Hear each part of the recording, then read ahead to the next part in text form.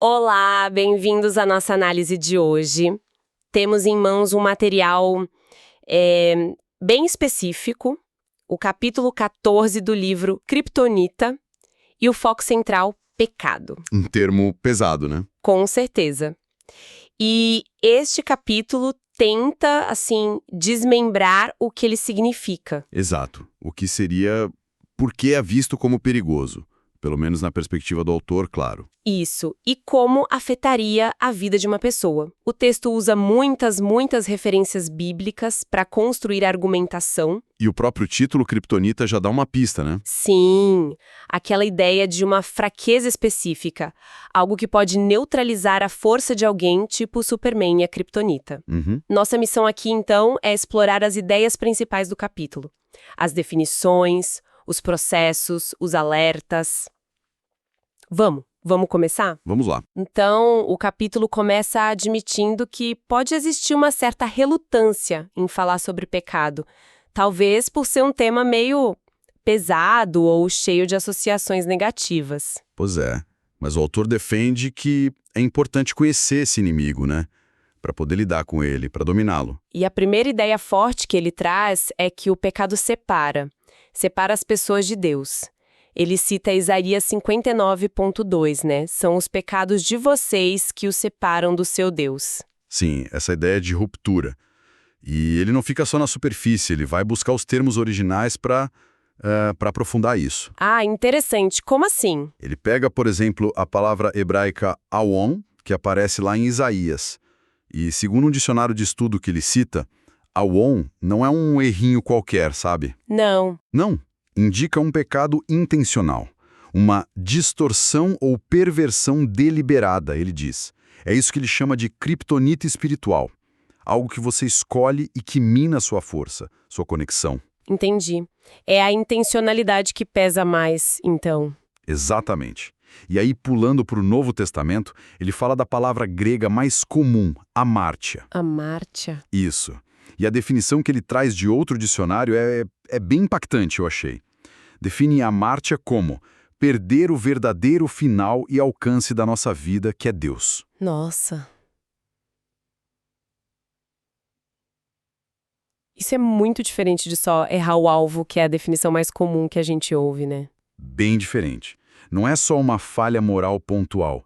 É tipo desviar do propósito maior da existência, que seria essa conexão com a fonte da vida, com Deus. Perder o alcance da vida é quase existencial, então.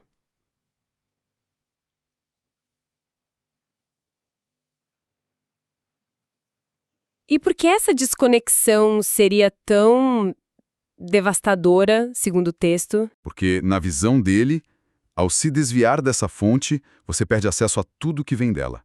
Alegria, paz, sabedoria, satisfação, até provisão.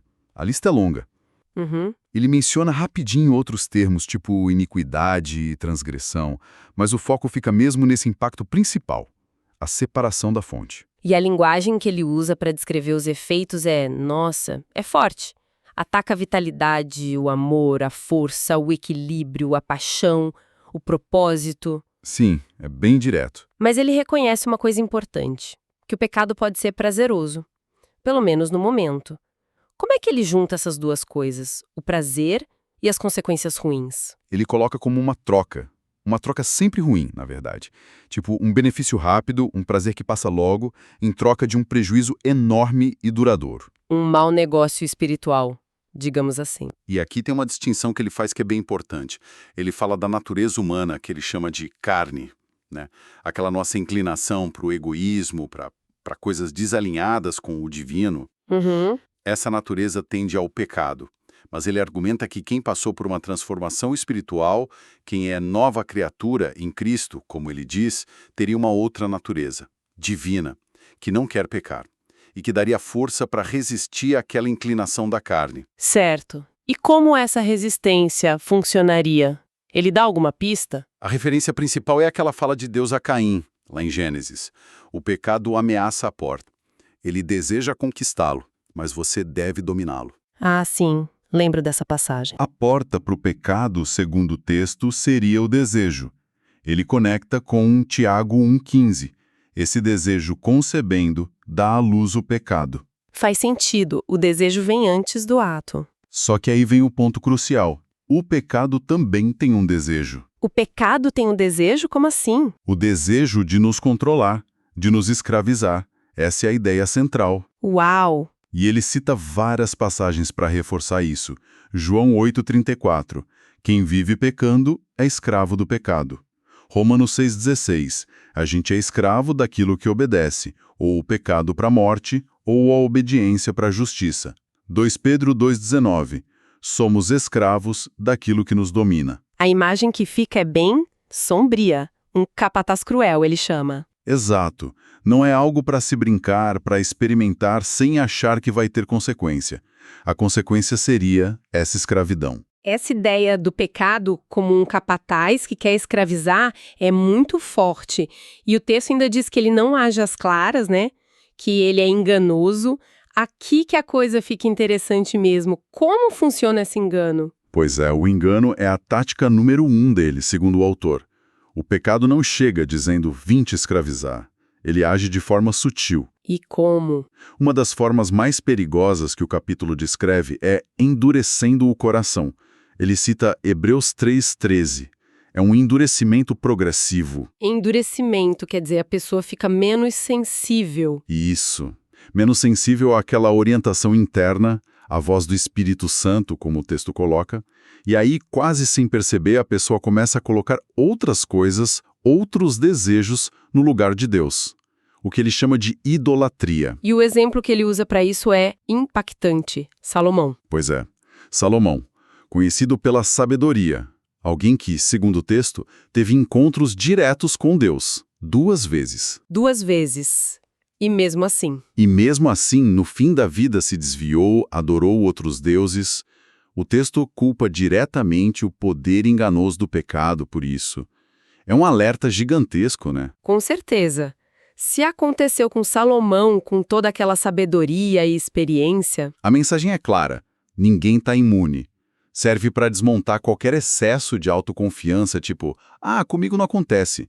A vigilância tem que ser constante. Faz todo sentido. E o texto detalha como esse processo de engano e endurecimento acontece.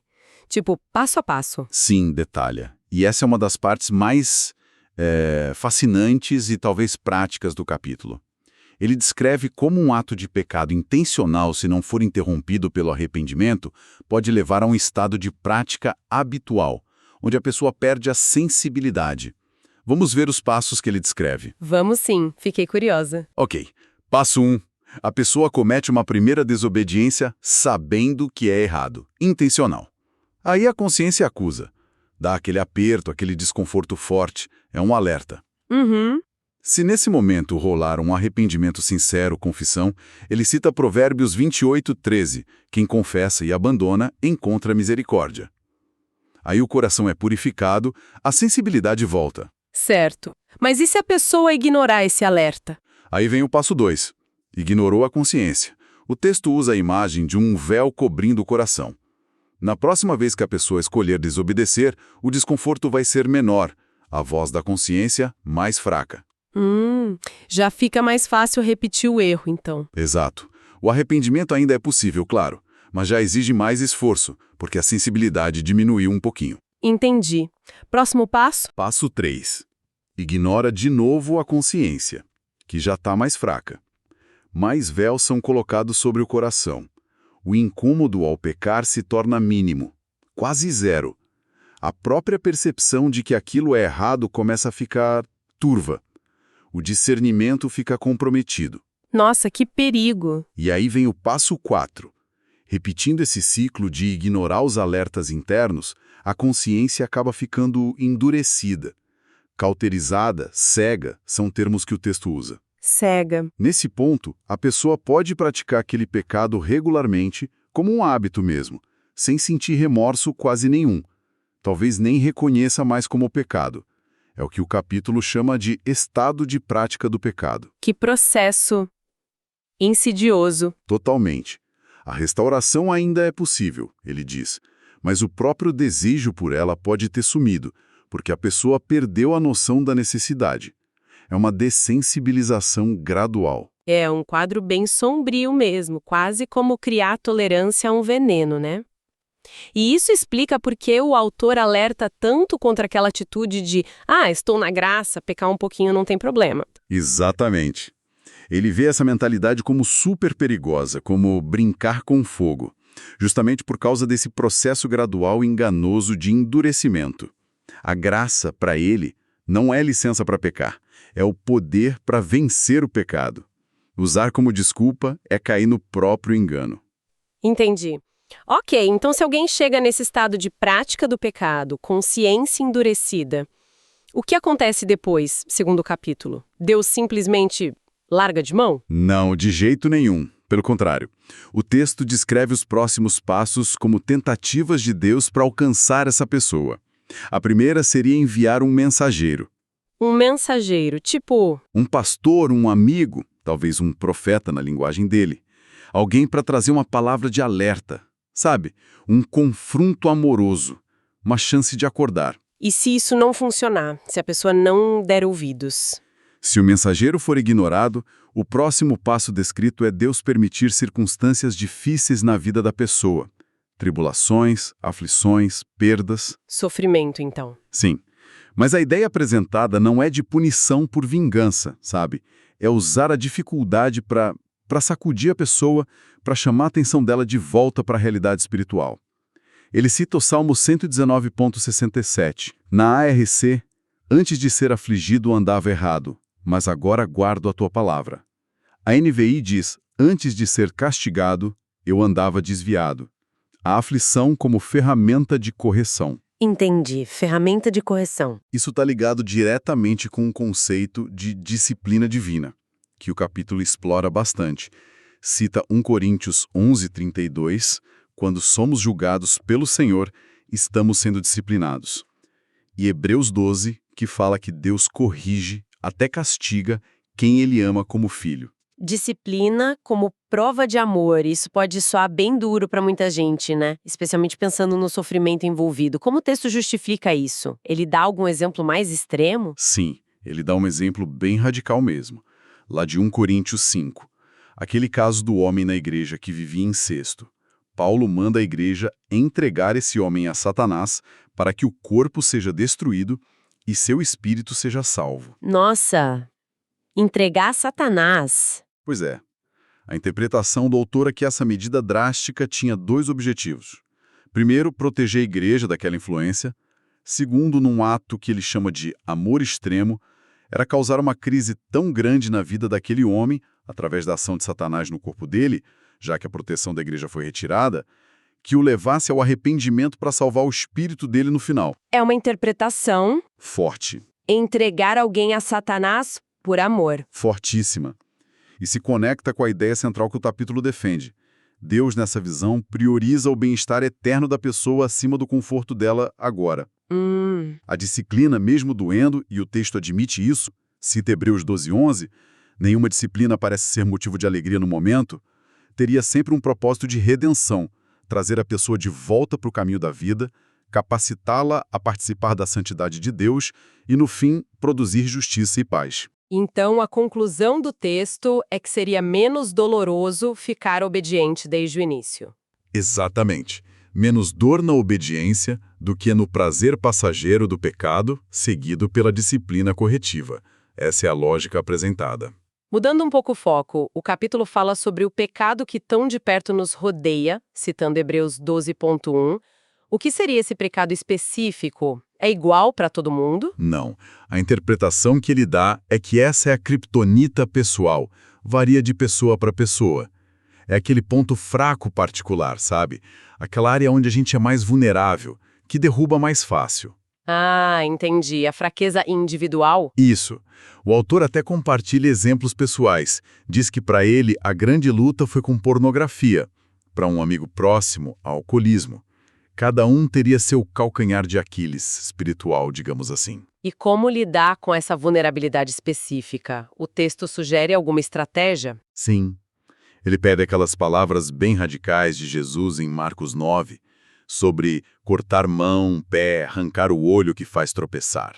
Nossa, lembro disso. Bem radical mesmo. Ele interpreta não literalmente, claro, mas como uma metáfora poderosa para a necessidade de tomar medidas drásticas, decisivas para cortar as oportunidades de cair naquele pecado específico que nos rodeia de perto, que nos embaraça facilmente. Cortar as oportunidades. Isso. Ele ilustra com a história do amigo ex-alcoólatra. Depois de liberto, esse amigo passou a evitar assim rigorosamente qualquer lugar com bebida. Não por julgar os outros, mas por se conhecer. Ele sabia que se expor àquela oportunidade era um risco enorme para ele. Autoconhecimento radical, então. Exato.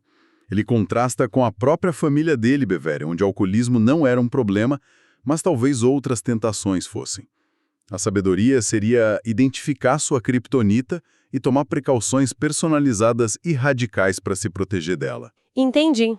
Então, fazendo um resumo, o fio que amarra o capítulo todo parece ser mesmo essa natureza enganosa do pecado, né? Sem dúvida. Engana sobre a satisfação que promete, engana sobre o controle que a gente acha que tem, quando na verdade está sendo controlado, e principalmente distrai da conexão com Deus, que seria a fonte real de vida, de glória, segundo o texto. Perfeitamente colocado. O engano é o centro da questão. E isso leva à pergunta: como é que se luta contra um inimigo tão enganador? Boa pergunta. A estratégia que o texto sugere é interessante. É cultivar uma visão tão clara, tão forte, tão desejável daquilo que Deus oferece poder espiritual de verdade, eficácia sobrenatural, liberdade genuína, intimidade com Ele, que o pecado começa a parecer o que ele realmente seria: uma fraude, uma imitação barata e destrutiva. Ah, interessante. Quanto mais a gente valoriza o tesouro real, menos a bijuteria falsa atrai. Exatamente essa a ideia. A luta contra o engano passaria por alimentar um desejo maior pela realidade divina. Faz muito sentido. Então, se fôssemos, assim, destilar a essência dessa nossa conversa sobre o capítulo 14 de Kryptonita, diríamos que ele apresenta o pecado não só como um ato, mas como uma força intencional de separação, de engano. Que opera por um processo de endurecimento gradual. Isso. Vimos também a perspectiva da disciplina divina, não como castigo final, mas como um recurso de correção, mesmo que severo. Um recurso motivado por um amor que busca a restauração eterna, na visão do autor. E, por fim, essa necessidade de se conhecer, né?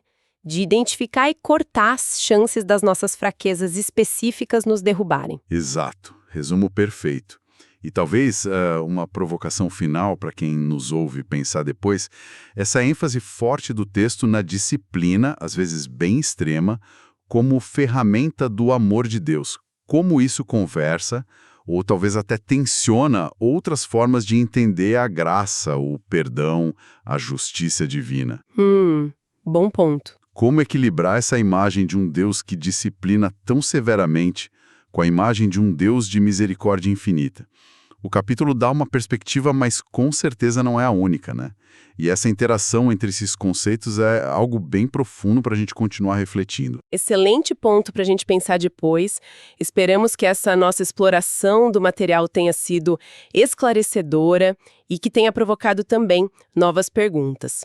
Até a próxima vez que a gente mergulha juntos em busca de conhecimento